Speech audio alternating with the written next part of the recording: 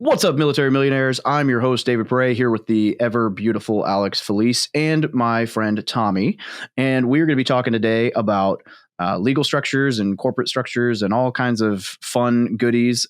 Tommy is the president of Prime Corporate Services, which many of you may have noticed just recently. I added to my resources page and sent out an email as they have been taking over all of the amendments and creation of LLCs for myself and helping me build out my legal structure to cover my butt a little bit. And I realized we haven't really had anyone on to discuss protecting your assets. And as somebody who's been in a lawsuit and had to settle a lawsuit, I can tell you that that's fairly important. And I did not think it was as important as I should have when I first started, and I did not take things seriously. And I think some people have that tendency. So I wanted to get Tommy on to chat about all this, and here we are. So Tommy, thanks for joining us today. Welcome to the Military Millionaire Podcast, where we teach service members, veterans, and their families how to build wealth through personal finance, entrepreneurship, and real estate investing. I'm your host, David Pere, and together with my co-host, Alex Felice, we're here to be your no BS guides along the most important mission you'll ever embark on, your finances. You're clear to depart friendly lines. Roger. Vic 1, Oscar Mike. Hey guys, if you're looking to take your investing, business, life, or just yourself to the next level, then I have something for you. The War Room Real Estate Military Mastermind Group is a mastermind group that meets weekly in small groups of 5 to 6 people to help you hold yourself accountable and really experience that growth. But we also have a monthly guest speaker that we bring in, and we've had guest speakers that talk about mindfulness, taxes. We're bringing in somebody to talk about marketing. We bring in very specific topics that will adhere to very broad, any kind of real estate investing or entrepreneurship that you want to do, and will really help you out. And we let you ask these speakers questions and get very personal with them. And then back to the small groups, weekly accountability for what you're trying to achieve, and just being surrounded by like-minded people. And they say your network is your net worth. I know that's an overused phrase, but I recommend that you check it out. So just shoot an email to wrmastermind@gmail.com. Once again, that's wrmastermind@gmail.com, and we'll send you some more information. Awesome. Thank you. Thanks for having me. Absolutely. Why don't you give like the brief overview of, well, I guess really before we dig into that, how did you get into working at PCS, and how did that all kind of transpire? Yeah, so we started Prime Corporate Services about 10 years ago, 10 years this year. And I've been self-employed since I was 18 years old. So when I was 18, I got annihilated with taxes in my first year. So ever since, I've become obsessed with, why is this not more common practice? Why does nobody I turn to understand how to save money in taxes? And ever since when we started this business, we had the small business owner in mind, right? As you grow and as you scale, you can start to afford hiring in-house accountants or attorneys that you have on retainer. But when you're just getting started, or when you have just maybe a couple properties, or you and a business partner, it's difficult to get some decent advice on how to structure your business, how to make sure you're protected, you're maximizing from a tax standpoint, and you're actually showing yourself as a legitimate business. So 10 years, and we've helped over 100,000 entrepreneurs structure their business. Kind of a cool milestone. Obviously, we touch on it briefly. Taxes and legal structure and everything's important. I would just ask, like, for the entry level investor, right? For the guy starting out, what do you think is like the first step in just kind of protecting your butt? Everybody, goes online and says you need an LLC immediately, and nobody knows what that means. And then it's also not always true, because I hear people who are like, well, I have a VA loan and I need an LLC, and it's like, well, you can't even put your VA loan primary residence in the LLC. So I guess kind of like, at what point do you think this starts to become a necessity? And then kind of walk me through from there, like, as you progress, what, like, in your head is like the ideal.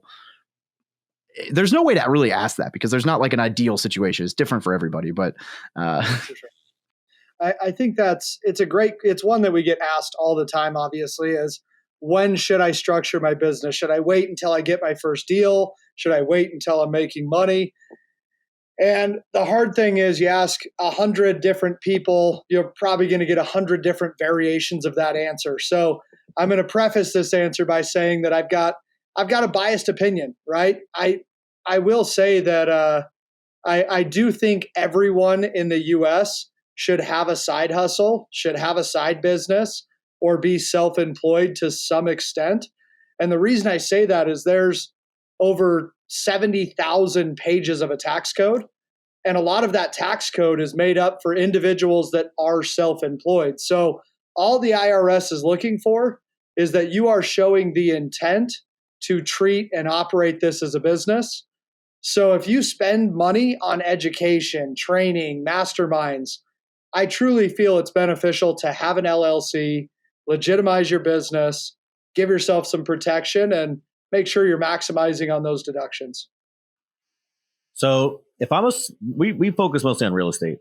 And so if I'm a person with a regular W-2 job and I want to buy some real estate and I'm going to do it with a Fannie Mae mortgage. So I don't need an LLC, and it probably adds a layer of complexity for me to have, 1 to 5 single family homes with Fannie Mae mortgages and then, quit claim deed them to an LLC.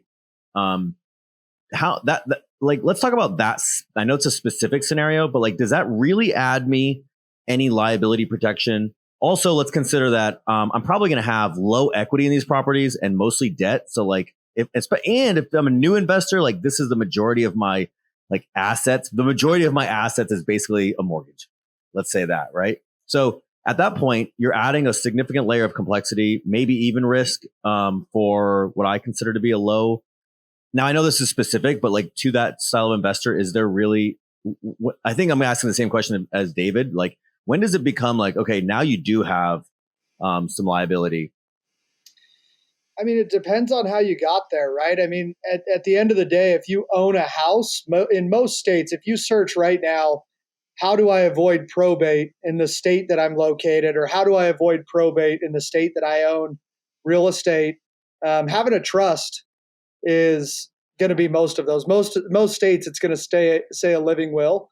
But if you're buying through Fannie Mae and everything's under your personal name, you don't have to quit claim deed those. In a lot of cases, I don't recommend it because you potentially lose your ability to 1031 exchange. So Dave and I have talked about this quite a bit, actually. How expensive is the lawsuit going to be in comparison to what is the capital gains if you aren't able to 1031? So it's a tough, everyone's situation's different, right? For some people, there may not be a benefit, but for other people, there are more deductions being a business owner, even if they're not tied with your properties.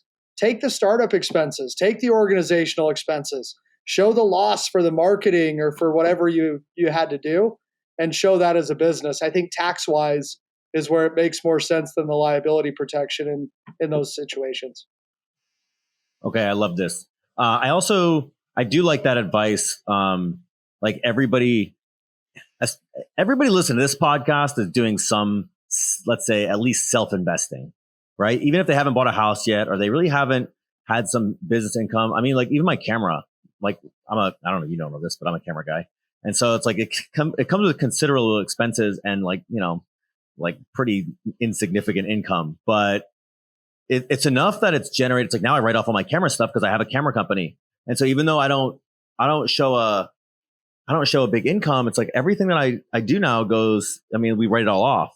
So at least I'm not paying any taxes on the income that, we do get. And so there's a lot of businesses, a lot of people, like you said, where I have a real estate company and maybe I haven't bought that much yet or done that much, but I am investing into, David's War Room platform, or I'm investing into, I got a YouTube page or a channel or this equipment. It's there's a lot of tax code that, like you said, beyond liability is lucrative financially. Well, if you just sold pictures of your feet on OnlyFans with your camera, then you'd have all the income in the world. You'd be good. Yeah, I just don't want to be that rich. That's, I make a joke, but my buddy Chris, he's a YouTuber, and he was talking to his CPA, and his CPA told him his client that made the most money in 2021 averaged $80,000 a month as a dude selling feet pics on OnlyFans. And whether that's true or not, I don't know. But I'm like, if your CPA told you that, it's probably something somewhat legit. It made me question my life choices. I was like, that sounds a lot easier. Okay, than what straight I'm up. doing right now. If I find out that I can self-feed pictures on OnlyFans, then I am announcing my resignation of the Military to Millionaire podcast. I don't need. I mean, real talk. I'm so sorry, David. I wouldn't even blame you. Just don't try to sell me. Tommy, tell me about your client base. I mean, I'm curious, like what the overlap is between our listener base and who you generally serve. Yeah, I'm sure there's definitely overlap, no doubt about it. I mean, that's kind of how David and I ended up getting in contact with each other initially. So we help people that are brand new, just getting started, never done a deal, never been in business before, all the way up to people that are building funds and putting together syndication deals and everything in between, right? So one of the benefits of working with us is we do recommend crawl before you walk and walk before you run once again, because not everyone needs holding companies and subsidiaries and separating their active income from their passive income. And yes, it's easier to set it up properly from the beginning. Set up the business that you want, not the one that you have. We can come up with, right? A cheesy saying for everybody is treat it like a business and reap the rewards of a business. Treat it like a hobby and it'll cost you like a hobby, right? Just like you've done with your camera work, you've reaped the rewards of what businesses have to offer. So everyone's on a different journey. That's why we give that hour consultation to find out where you are and where you want to be so that we can tailor it specifically to your needs. Yeah. So the reason we got connected is because John and I have a partnership, and John had been working with you to set up some of his legal structure. And we realized that I had, at the time, I had 6 LLCs, and all 6, if you looked up the owner, had my personal name attached to them. And so we went and filed amendments to create a holding company to own them all so that I have some level of anonymity in order to, not to say that a single LLC is going to ruin you. I mean, I've been in a lawsuit and they weren't able to pierce the corporate veil. I was okay, but it's still a little odd to be like, oh no, I don't own that. And they're like, well, your name's on it. So, I mean, that's how we got tied in. I guess you want to talk a little bit about like the difference between like, I guess like what you might consider like level 1 asset protection and 2 or 3, or if there's like a breakout for that, or I mean, obviously it's different from everyone, but maybe just kind of break through, like we mentioned LLCs, we mentioned holding companies, we've mentioned trusts, like kind of some general guidelines for when those might be applicable to people. For sure. Yeah. There was a study that came out that said there's 76 new lawsuits filed every minute, right? So you can't avoid getting sued. It's a sue happy world that we're living in. Very litigious society. It is what it is. But the more successful you get, the larger the target on your back becomes. So if you can protect yourself, part of the anonymity piece is if somebody slips and falls, one of the top reasons for lawsuits, you don't want them to see your name and your address where they can come serve you at your house, or a disgruntled tenant can come show up at your door, right? It's okay if it's not like something you have to do, but everyone's tolerance level is going to be a little bit different. So being aware of what your risks are, I feel like is half the battle, right? So having that protection is great. Go ahead. I'm so sorry. The way you're implying, which I think you're implying that it's a bit of a war of attrition. Like just make it difficult. If you make it more difficult for people to sue you, then you will get less lawsuits. Well said. 100%. That's so fascinating. Regardless of the actual legal liability, just like being a pain to do is what is the part of the process or part of the protection. I mean, it's just like working out, right? It's hard, so a lot of people don't do it. Those that do end up getting those results, right? It's the same concept. Yeah. No, it makes perfect sense. I suppose it's like kind of obvious now that I'm saying it, but I guess I don't know. I never really sat and thought about it like that way. Like if you just like, hey, it's regardless of the actual liability, like I'm just going to make this a nightmare for you and then you're going to go away. I mean, it makes sense. If I'm an attorney and someone comes to me and they're like, I want to sue this guy and he owns the house I am renting, free and clear under his own name. Cool. Let's go after him. But if it's like 7 different LLCs and a trust fund and the house only has its 85% loan to value on a first position lien, it's like, not really worth going after that thing.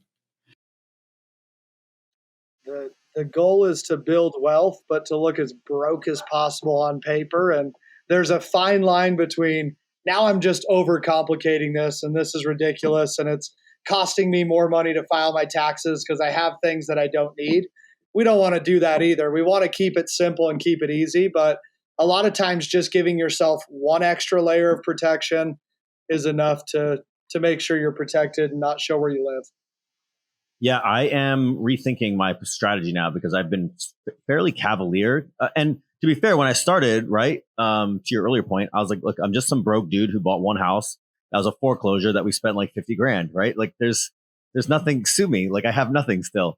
And then real estate's interesting. I don't know if you've heard of this thing called appreciation.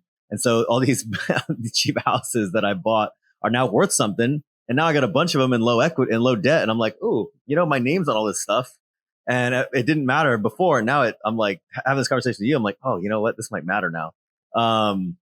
But it's interesting how, you go from, playing business owner where I'm a guy like with a theoretical, business to now, you end up. And I think a lot of people do that. They go off and they do the LLC and the business cards and they play business owner first and they have no income and they have no assets. And then next thing you know, you have some stuff that you need to protect. And it's like a gun, right? You can't buy it once the guy breaks in. You've got to do this in advance. Yeah, there's probably some listeners listening to this that are like, show up at my house, do me a favor, right? But it's everyone's different, right? No, I'm just joking with that, but it's make sure you're protected, show yourself, protect the assets that you're working hard for, but also separate the liability from what you've worked for personally. Bank accounts, cars, retirement accounts should be business 101 says separate your personal and your business. And I appreciate you saying it the way that you did, because a lot of people that come to us are that way. Like, we're not qualified to work with you yet. How much money do I need to make to work with you? And we work with people even before they're getting started in their business ventures. The more you know, the easier it is to get there. So the last 2 years I've spent going from, when I started, not to make it about me, but when I started, it was just like, hey, I'm going to buy some real estate because the thing just crashed and they're all underpriced and I can create a little retirement plan for myself. Not that hard. And I never expected actually it to boom over the last 4 years like it did. And so I've been trying to really systemize things and like get bookkeepers in there and get better tax people. And then, now I think I'm going to come have a conversation with you about legal, because it's much harder to do it once the machine is going. It's hard to get new bookkeepers in there and new tax people, and like the machine's moving, and you got a bunch of assets and a bunch of stuff, and it's much harder to go from Excel to QuickBooks 10 years down the road. It's somewhat unnecessary to start with all of those, kind of like people who they put a LLC for every single property. I'm not saying it's a bad idea. I'm just saying it is an added layer of complexity out of the gate. But eventually, you do need to get this thing, talk to a guy like Tommy and run this thing like an actual business. If you're gonna take it seriously, and the earlier you do get ahead of it, the easier it does seem to become. For sure, yeah. I think a couple things to build off that as well is, one thing we've tried to do is keep everything under one roof as well, right? So not only do we help with the entity structuring, but we also help people build and develop business credit and corporate funding that's separate from their personal funds and their personal credit. We have the accountants, we have the CPAs, and we have the estate planning portion as well.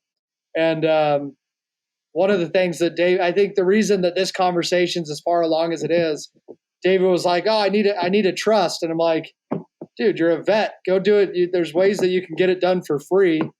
And he's like, well, as opposed to just selling me something, I really appreciate that. So that's kind of how we ended up in this conversation in the first place. was there's resources for a lot of you that are military and former military. And I appreciate that. I'd rather help you understand what those look like. Well, let's talk about that for a minute because I didn't realize that. That's basically everybody who listens to this podcast. I mean, I really would like to get you some business, but also I really want to make sure that service members know what's available. I don't know anything about this, so could you maybe share a little bit? Yeah, for sure. If you reach out, and maybe what I can do, I'll get you an email over so that in the show notes there's a link to that. I don't know it off the top of my head. I just know I've worked with enough people in the military that have taken advantage of the trust and the wills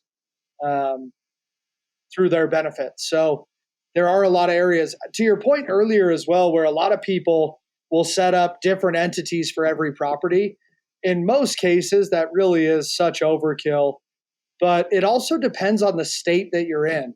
If you're in California, you'd be crazy to do that because they're going to try and charge you for anything and everything you do and every breath that you take. But there's other states that are out there that it may make more sense to give yourself that protection depending on the equity you have in the property. So you have to be the one to make that decision on your risk versus your reward.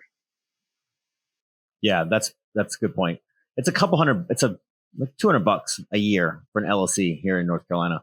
I know in California it's something like 8 times that. No, maybe not that much, but 830. Yeah, right. And so, that starts to become pretty significant, especially on, some of those California properties that don't cash flow. Now you're just putting gasoline on a burning car. I lived in Raleigh for a little bit. I like North Carolina. In good old Missouri, it costs $50 to start an LLC, and then every year it's $20 plus $1 for every unit that LLC owns. So yeah, see, that's fascinating because it's like $20-$30 per LLC. Yeah, that makes a lot more sense. So, if you got a single family house that, cash flows, $200-$300 a month, $200 a year is, it's noticeable, let's say, right? I mean, there's 8% of your income, just on LLC creation, which is not the end of the world. And if you own something long enough, that should increase, especially rents are going bananas. But in Missouri, I'm like, I didn't realize it could get so low. That's pretty appealing, right? Now having an LLC for every property it's the argument against it becomes a lot less valid. So I didn't realize the swings in that cost could be so significant. Yeah, every state's different. Some states are free on an annual basis, and the highest is California at $800 and everything in between, right? So depending on the equity, depending on the property, depending on the long-term goal, those conversations are going to vary naturally. So that's why we're here, help you understand what they are and what to be aware of. But yeah, to your point, the reason that we are on this Zoom call, so Tommy and I, we did a call with John to talk amendments and whatever for anonymity. And while Tommy and I were talking before John and I jumped on the call with him as like a prelim, exactly that. He was, instead of selling me on this thing, he's like, well, hang on, here's a spot where you can go and you can get the exact same thing for free.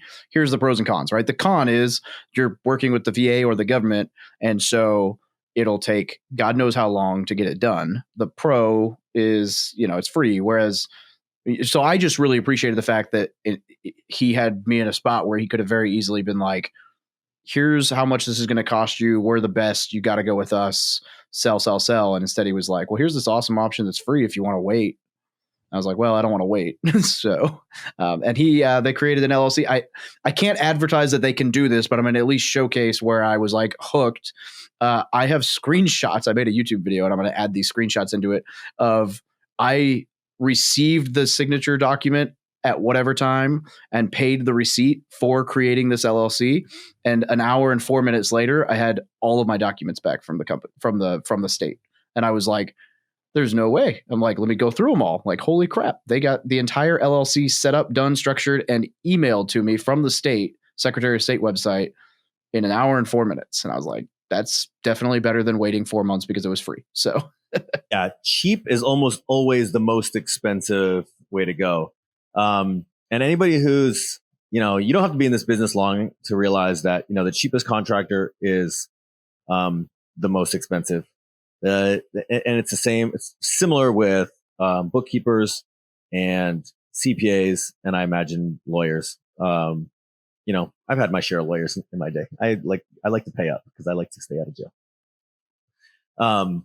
So yeah, you can go. I like the option of having something free, but yeah, I mean, it's not going to be the best if it was. We live in capitalist society. Nothing free is that good. And let's just break it down. If I want it, right, if you're new to this, if you're watching this, listening to this, and you want to set something up, you have three options, really. You can set it up on your own, but all you're doing is going to the state website and paying the state fees and the filing fees and calling it a day. Better than nothing for sure. You can also go hire an attorney. The average attorney right now to structure something is going to be $1,000 to $2,000 depending on where you live and the caliber of the attorney. So that can be expensive, right? And I think that's where a lot of people shy away from getting anything, is it's like, God, this is going to be expensive. But something like working with us or a Help You program, we still, the LLC that David got from us is legally prepared, the operating agreement structured, everything set up for what he needs it to be set up for, state fees, filing fees. In most cases, most states, you're going to be $300 to $600 for everything to be done. State fees, filing fees. So do what you want to do what's best for you, but it is a lot easier to do it right from the start. And David, I know you'd share this yourself, but we're going back and fixing a lot of the stuff that has previously been done because the knowledge wasn't just there. You're kind of just shooting at the hip as you build and as you grow your business. Nor did I realize how much of an issue it would be down the road with my in-laws for them to be my registered agent, because they started getting mail about things and they did not appreciate getting mail about things, especially when I had code violations pop up and they're like, oh my God, our name is tied to this. And I'm like, no, it's okay. You're just the registered agent, but it is what it is. I am now filing amendments on everything I own for a new registered agent in the state of Missouri, as well as the holding company. So, yeah, lots of lessons learned the hard way. I can't necessarily say that they were all terrible. It's not like I didn't get like burned and like royally screw something up, but it's a good thing that I'm catching it now rather than, down the road I'm somehow drag my whoever into this mess of something that nobody wants to deal with. Yeah, I love that you threw some, information about cost in there, because I think so many times I have this thing about not worrying about costs when I don't know them. It's like, oh, this is it's going to cost me X or it's going to cost me Y. It's like, I don't want to have an emotional opinion about information that I don't have yet. So I say all that, like, how can you don't know what this legal costs? People go, oh, I can't afford a bookkeeper. It's like, if you don't know what one costs, you don't know if you can afford it or not. Because sometimes, before I built my website, I was always like, oh, I want to get a new website built, but it's going to cost me a fortune, until somebody reached out and like, dude, I can do that for a couple of grand, like well within my budget. But I was abstaining from the decision about a cost that was prohibitively high that wasn't true. And so somebody goes, oh, I can't afford to talk to Tommy because legal costs are so high. And it's like, you don't know what they cost. Well, now you have an idea, right? And so it's not prohibitively high by any means, right? And so it's like, I just love that you give that information out, because now people can make a decision, or at least call you and say, I want some more information, or I can say, hey, this is within my budget, especially for the value. So I just love that, because people, I think, abstain from making decisions based on costs that they don't actually know. For sure. I 100% agree. I appreciate you saying it. I want everyone to be clear with that as well. We are here to help. And if we have something that's going to be able to help you, great. But we've built this business for 10 years based off of giving information that is valuable. And the services that we provide are valuable, right? You have to file your taxes. You probably want asset protection and building business credit. I'm yet to have someone in the 10 years I've been doing this call me back and say, Tommy, I sure wish I didn't build this business credit. Having additional capital sucks, dude. So I haven't dealt with that either. If we can help, great. If not, we shake hands, and we carry on our day. No big deal. How does, from a basic fundamental level, like the business credit, how does that work? What are some of the options there? Like, I guess we'll just get super personal. I have a rental property company that owns, I don't know, we'll say 20 properties. I don't know how many properties are in that specific LLC, but we'll say I gross 10,000 a month in rent, and we'll say I net 3 of that. I'm just spitballing. I don't know. And what kind of options, like how does that work as far as building business credit? Does that open like business lines of credit? Does that open, like, what are some of the, how does that really, I guess, just a general overview of the business credit world? Cause I am really not that savvy on that subject. Yeah, for sure. So on a fundamental level, everyone has a legal name, a social security number, and a personal FICO credit score, right? So from a business standpoint, we want to help do the same thing. We want to make sure you have a business name, make sure you have an EIN number, employer identification number. It's like the social security number for your business. And then we actually help people build and develop what's called a PAYDEX score. It's PAYDEX. So it's similar to your personal credit. It's a numerical score. It ranges from 1 to 100. But it's a credit profile for your business. So we have a team of credit advisors. They're awesome. And they help you go through the phases. There's stage 1, 2, 3, and 4, really. Building business credit is not rocket science. It's just a process. So the first steps are getting something like a gas card, maybe Staples or Lowe's, but it needs to be tied with the business. That way you can build up that PAYDEX profile. 80 to an 85 on that PAYDEX score would be like you having a 750 to an 800 credit score. So once you build that profile up, now you can go get some actual business cards, maybe eventually even some lines of credit. So it takes time. It doesn't happen overnight. Would rather under promise and over deliver. It's usually 3 to 6 months to where you have a good enough credit profile to where you can start to get some actual lines of credit. The trust side of things. So could you give just a basic understanding of the difference between an LLC and a trust from a asset protection standpoint? Yeah, for sure. So I mean, we can even, for those that are a little bit more experienced and those that have multiple properties and those that have a little bit of a higher net worth, one of the things that we try and do is provide layers of protection. So from top to bottom, from an estate planning standpoint, we do all 4 components: trust, will, living will, power of attorney. And a lot of real estate investors they want the living trust to have ownership in a holding company. So some of you may have heard of Delaware, Nevada, Wyoming having additional protections or being corporate haven states, right? What does that even mean?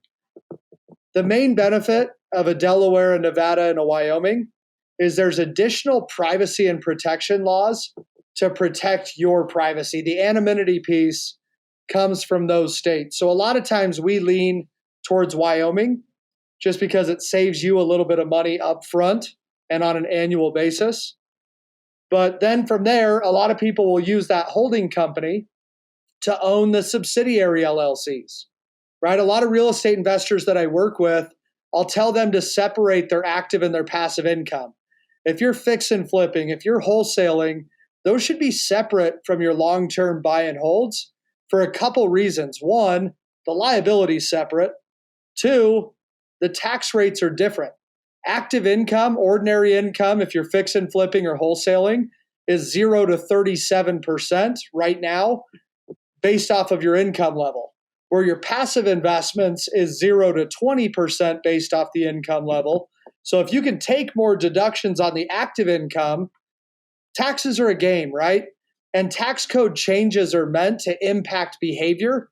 The more you understand how to play that game, the easier it is to win by keeping percentage points in your corner. So there's kind of the levels of protection and a little bit of tax strategy on how to keep more money in your corner depending on your investments. I'd never heard that before. I've been doing some flips. I really don't do much. I don't like it. But I just throw it all into the same LLC. And I think, Kate and I are going to do some more at the end of this year. And so I might do that. I might open up a new LLC that just does the flips and separate out and keep it away from my rentals. Tax rate's different. Yeah, separate those out. Let's talk. Hey, schedule a call in the link below. Let's talk. Yeah, I can do that actually. Yeah. So as much as we, always talk about having a no pitch show, here's the pitch. It's a no pitch, but it's a pitch, but it is what it is. PCS, Prime Corporate Services, Tommy, they've agreed to, we're going to have a link down below. If you're interested in this, or you're curious if it's right for you, or you're thinking about legal structure, or you have no idea what's going on, anyone in the community who clicks on the link will get a free consultation. So doesn't hurt you to talk to somebody who actually knows what they're doing and figure out whether or not it's a good fit for you. And it's not really much of a pitch. It's just, hey, I like these guys, and they'll talk to you without you having to pay them to talk to them. So pretty sweet opportunity. I'm a fan. We're not getting paid for this, David, are we? Here's the other thing that I want to say as well is I've got a big team of advisors. So just schedule a time that works for you. If you don't want to buy anything, that's totally fine. If you are already totally structured and you have some questions, or if you want to review, just let us know, right? That's the goal. But ultimately, privacy, protection, tax benefits, and the ability to show yourself as a legal business is what we're trying to help you accomplish. Love it. Yeah, I think this is definitely, it's legal. It's kind of like accounting. For the most of the entrepreneurs listening, it's not the most exciting part of business, but it's also one of those things where, I've watched David go through this lawsuit for like 2 years, and it's miserable, and I'm not in the lawsuit. 3 years, Now, David's particularly bad at real estate. So like, I understand that that's not everybody's, not everybody's going to have the same experience, but watching him do it is like, I can assure you that this is something, it's definitely something that I don't want to endure. So yeah, I'm going to set up a call, and, if we can get some service members, some veterans, some free consultation, then I'm all for it. I love it. I think it's a good idea. What did we miss, Tommy? What is something that people smarter than us would ask? I think we've covered it pretty well. I think the holding companies and just the layers of protection are the ones that I wanted to cover. So I think we're good. Unless you have other questions you want to go over, I think it's a pretty good, overview at least of getting people thinking. That's the goal. Well, it's a complicated enough subject that the answer to almost every question is it depends. And therefore there's only so much you can really do on a podcast, because it's like, well, what if this exact situation pans out and I'm at this point in my life? And you're like, well, that's great. That applies to you and no one else listening. So that's what makes it such a pain. And as Alex alluded, it's one of those things that, like accounting or whatever, that you're like, ugh, I don't want to do that. That sounds terrible. And then you get slapped with a lawsuit and you're like, ooh, I should have done that. Whoops. And so it's like, it's a necessary evil, and it's not an exciting part of business. So talking to somebody who does it, this is one of those instances where I would just say it's, in my opinion, having done it myself and not done it myself, pay to play in a legal scenario is probably a really good bang for buck. Dude, I said earlier, like paying lousy contractors or vendors like cheap is bad, but actually doing it yourself is worse, because you are worse at it than them. And more than likely, it's like, you're not going to save any money doing it yourself, right? And you're going to get the worst possible service because you have no idea. You're trying to figure out, like, trying to do your own taxes is insane. Like, I mean, maybe if you're a W-2 employee and you have no investments, then just, do it yourself. No problem. But if you have like anything, I don't know anything about legal. And like, if you have the audacity to go try to, he said, Tommy, you said something about going online and doing it yourself. It's like, that's the craziest idea. You have no idea what you're doing. You're going to mess this up. You're going to muck it up. You're going to spend your valuable time. And then you're probably not going to have the legal liability that you actually need anyways. So yeah, you're the worst vendor, not you, like people, right? Like if you've not done this, it's like, if you're not good at building houses and you're like, I'm going to save money by doing all the rehab of my own house and flipping it. It's like, you're going to muck this up so bad. You're not going to save any time or money, and you're going to be miserable. Like, do not do that. Just write a check, bro. Absolutely. It's kind of funny sometimes, having been the cheap guy who, full disclosure, like my first LLC, I won't tell you who it was, but I took somebody's in a similar industry and they gave me a Word doc version of their operating agreement and articles of organization, and I tweaked it. I was like, ooh, replace this LLC with that LLC, replace this name with that name. Luckily, that LLC has not been sued. And realistically, theirs was drafted by an attorney for the same industry in the same town. Probably not the end of the world. But it's funny how I've gone from that to like, I will absolutely pay for somebody to do everything right without it stressing me out at all. And when you think about it in the context of like any other thing in life, it's like you wouldn't go hike Mount Everest without actually paying a guide. Unless you have a death wish. You wouldn't, like, there's all these things in life that you have to pay to play. But when it comes to like paying an attorney, everybody's like, ooh, I don't know if I want to do that. And it's like, well, it's definitely worth the headache to not have the headache. Another question that we often get asked is like, Alexander, even talking to you here, it's like when you're talking about your active income and the flips that you hate that you're doing,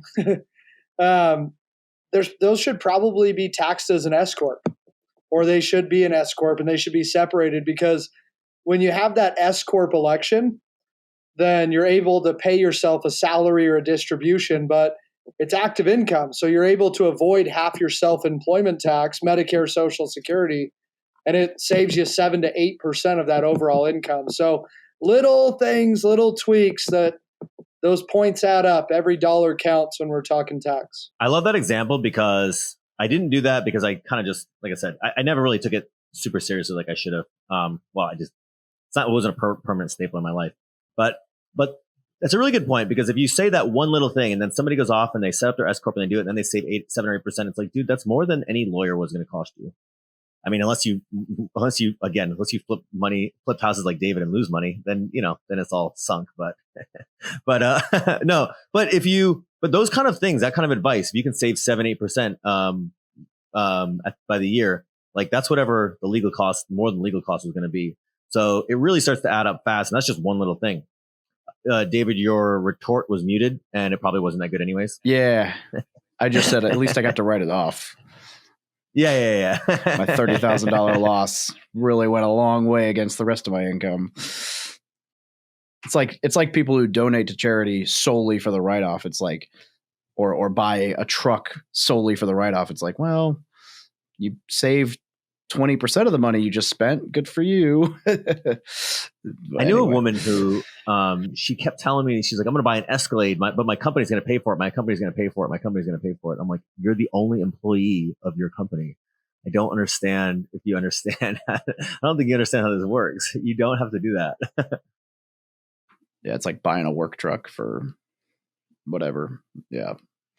Is what it is, I suppose. All right, Tommy, if we didn't miss anything else, obviously we were going to put a link down below for people to reach out. Is there anything else that we...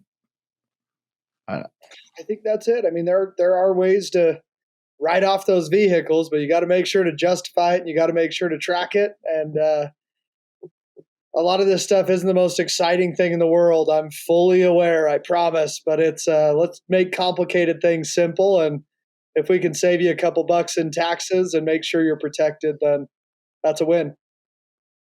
I would just like to throw out that you're right.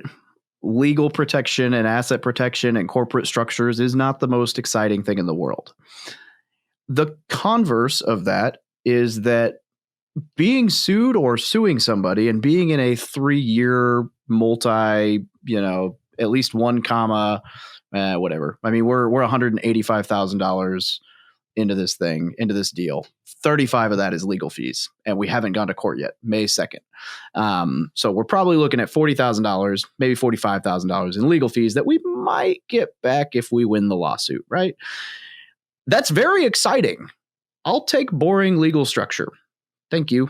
I'm at a point in my life where exciting is not always the right answer. So I'm just going to throw that out there to people. you're right. It might not be the most exciting thing in the world, but that's okay. That might be a good thing for you. So, Tommy, thank you so much for joining us today. I appreciate it. And I appreciate all the help with my personal setup and my everything I've learned in just the couple weeks that we've been, or I guess couple months at this point that we've been chatting. And actually, ironically, Tommy and I are going to jump on a call here in 9 minutes when we get done with this recording to talk about another structure I need to set up for a different business. So it's going to be good times. Awesome. Love it. Thank you so much for having me. Yeah. Thank you, sir. Thank you for listening to another episode about my journey from military to millionaire. If you liked it, be sure to visit FromMilitaryToMillionaire.com/podcast to subscribe to future podcasts. While you're there, we'd love for you to rate the show, give us a review on iTunes. Now get out there and take action.